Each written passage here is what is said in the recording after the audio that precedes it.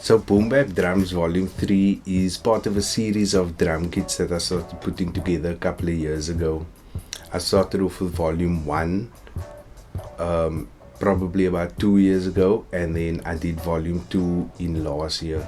So the idea was that I wanted to put together drum samples that just feel and sound like what I would want to use in my beats, you know? And since I recently started playing drums, I was like, hey, why not make some of my own drum samples? So that's when I started recording and then just experimenting with the entire process of how I would actually do that. Started doing all the editing and just processing the drums until they sounded nice and fat. So here we are with Volume 3, and I kind of just refined the process now. You know, the drums is knocking harder. It's just sounding overall so much nicer now a couple of years later. The other kits still stand their ground, but this one is on some next levels.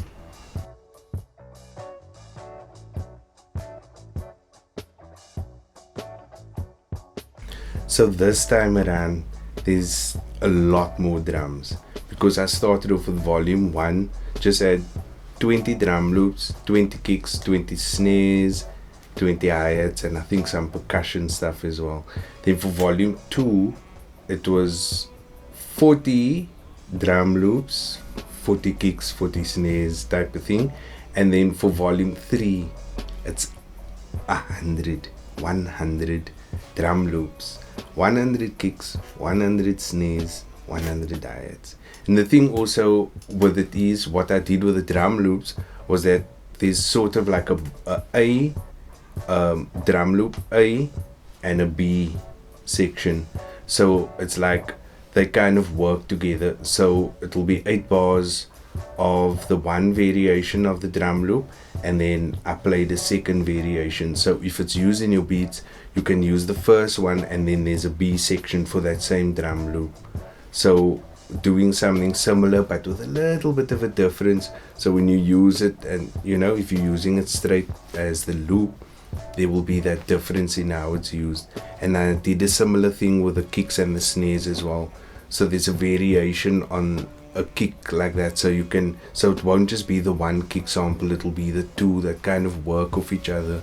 And then of course you can just have fun by blending whatever other kicks that's on there, regardless of if they work together or not. You make them work together in your own way.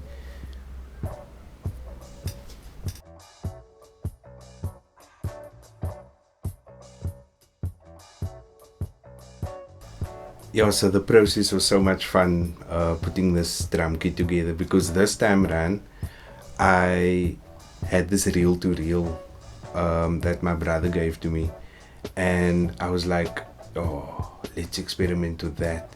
So what I did was I split the kick signal into two, had one that I recorded clean, and then one that ran through the reel-to-reel player. So there's something from the 60s, so I was using all the electronics in there, whatever valve stuff as well.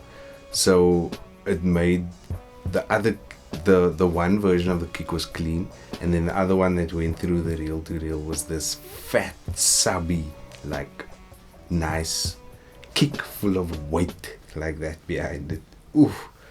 Then I combined the two, and that's kind of the kick sound that you hear throughout the little varied, slightly different mic placement every time to get a different tone here there. But that was the process. And then with a snare, also mic from the top and the bottom, and then use a random field recorder for the overheads and to capture the whole kit, and hi-hats as well. So yeah, it was a really fun process, just putting everything together. And then editing was another process on its own, where I took advantage of whatever I could to just get that sound that I wanted from each one of the drum loops and each one of the individual sounds as well.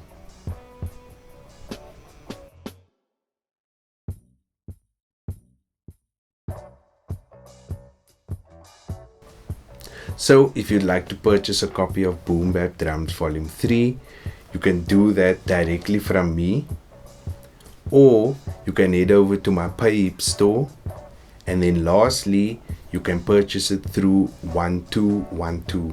I have a store up on there, and the cool thing is that I'm running a little special with them that you can buy volume 1, 2 and 3 together and get it at a good price. So